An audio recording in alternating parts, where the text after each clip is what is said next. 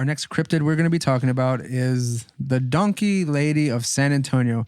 I found this one somewhat sad, and the story is sad. It is but sad, it's that kind of general, kind of like La Llorona kind of. Yeah, this is one of those stories that must not die kind of feeling narratives.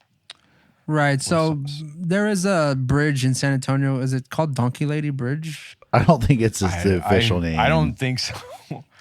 I don't know. I could have sworn I saw something that said like Donkey Lady something. I'm pretty sure that's not the name of the bridge though, but I guess that's what it's known for since the lore is attached to it. That would be fucking funny bridge, though. But you know, next time I go to San Antonio, I'm gonna just ask a local, be like, "Where's that Donkey Lady bridge at, man?" Yeah, geez. And they're gonna be like, "Oh, son, it's gonna be right over here, and it's gonna be like right near there, like where we used to live again." Daniel, I'm like, "Wow, I can't believe it." Word. So according to the lore of the Donkey Lady, it says in the 1950s there was a woman of didn't say years, it just says years. This is terribly written also, who was horribly burned in a fire, resulting in her freakish disfigurement. The woman was cast out and banished, forced to live alone in the woods. That's kind of shitty. That is it's really shitty. It says, now she, or perhaps her ghost, haunts the area. It is said that if one parks near the bridge at night, turns off the headlights, and calls out her name 3 times, she will appear. Donkey Lady. Donkey Lady. Geez. Donkey Lady. So that's supposed to be. Are you going to the say same like, as, like fucking Eddie Murphy in Shrek? Dude. oh, jeez. The fucking donkey from Shrek. Donkey Lady. Donkey Lady. Donkey. Lady. It's fucking funny. It says it is said that if one parks near the bridge at night, turns off the headlights, calls out her name 3 times, she will appear. In this respect, the story mirrors the other notable urban legends, including that of Bloody Mary, as well as La Llorona. And there are variations to the story, and many San Antonio residents have claimed to have had frightening experiences at this location. One interesting twist is that there used to be a phone number that was circulating, which was said to belong to the Donkey Lady. And if you were to call this number, you would inevitably be rewarded by the sound of her hoof beats drawing ever nearer. Goddamn, like she was disfigured. I mean, did she fucking like get hooves when she was like disfigured in this? Well, she was on fire, and the shoe she was on, she stepped on some shoe horses. And they got seared through her fucking hands and feet. Or horseshoes. Yeah. And so she claps along now. So now if you say Donkey Lady 3 times, you're going to hear the... Damn right. You hear the coconuts from fucking Monty Python, dude. Yeah. Clapping. Nice. This is supposed to be a sad moment, guys. According to this article here, someone did drive out there and said they arrived at dusk and was surprised to find one of the most serene natural settings one could imagine, with a charming little creek surrounded by lush woodlands. And the old stone bridge was quite narrow and quaint. And I immediately walked across and called out to the Donkey Lady thrice, but to no avail. However, I did notice that some nearby rapids sounded like clip-clop in certain spots. Man, they're really just trying to find something there. They're painting a picture, you know. And occasionally I would also hear a sound like a door creaking, although I never found the source. And after a while, I decided to ascend down to the water and take a look. To my sheer and it says ascend. It would be it should be descend, but whatever. Descend. Yeah. I was like, that's confusing enough, but all right. I went up and down to take a look. Thank you. Perfect. It's like somebody had a thesaurus and was just like, or just a dictionary. Yeah, exactly. Like, that word sounds awesome. I think they fucking got it backwards. So to my sheer and utter amazement, there was a lone hoof print embedded in the creek's muddy bank. I took a photograph definitely of it. a writer we got here. But strangely, I am not able to download the image onto my computer, and every time I view it on my camera, it freezes up. Fucking creepypasta. Kind of like my camera overheating constantly right now, and Daniel's monitor fucking losing its shit.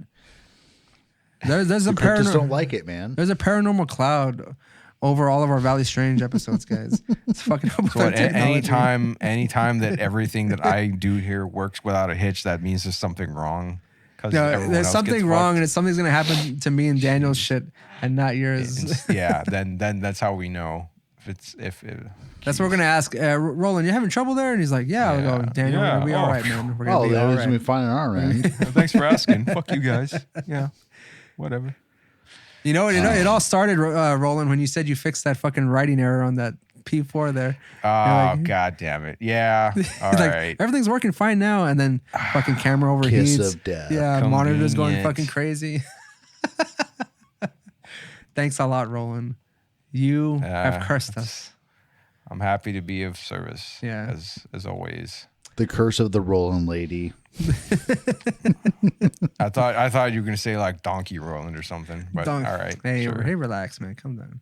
There was a story here of someone. It says it's titled "Attacked at Donkey Lady Bridge." So we'll just go over this one, and then we'll move on to our last cryptid of this episode. It says, "I had an incident similar to the one Airborne submitted," and that's some other person. This is another story that they had above this, but I'm not going to read that one. It says, "One weekend in 1989, some friends and I were driving around in the 1973 Impala one of them owned, as we usually did. We were showing the younger cousins of the driver, Todd, around, and they had turned 13 that year and were being inducted, whatever the fuck that means.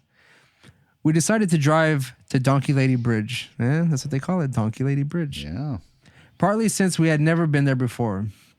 Partly to give them a good scare. Any child, particularly the southeast side ones, and they're talking about the ones in San Antonio, that's weird, that have grown up in San Antonio knows about the Donkey Lady. There was even a phone number you could call. We talked about that in a second. Or we talked about that earlier. We drove out to the bridge, turning off the headlights before we were actually on it. It was very eerie out there at night, and it was much more because the almost full moon barely lighting the bridge. Todd started to slowly advance across the bridge when a figure appeared seemingly from nowhere in the middle of it. It's just a crackhead. You got any crack? He stopped the car and we Your whispered. friend said you can give me $5.